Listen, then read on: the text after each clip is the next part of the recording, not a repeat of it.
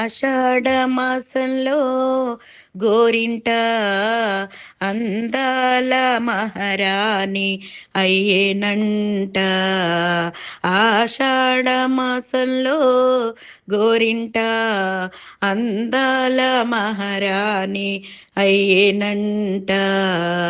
గోరెంట పండేనో చేతి నిండా, మగువల మనసు నిండేను గుండె నిండా. ఆషాఢ మాసంలో గోరింట అందాల మహారాణి అయ్యేనంట.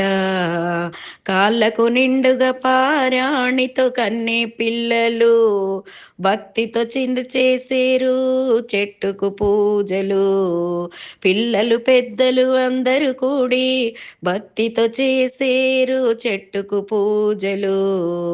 గోరెంట అంటేను గౌరికి ప్రతిరూపం అంటూ, ఆషాఢ మాసంలో గోరింట అందాల మహారాణి అయ్యేనంట.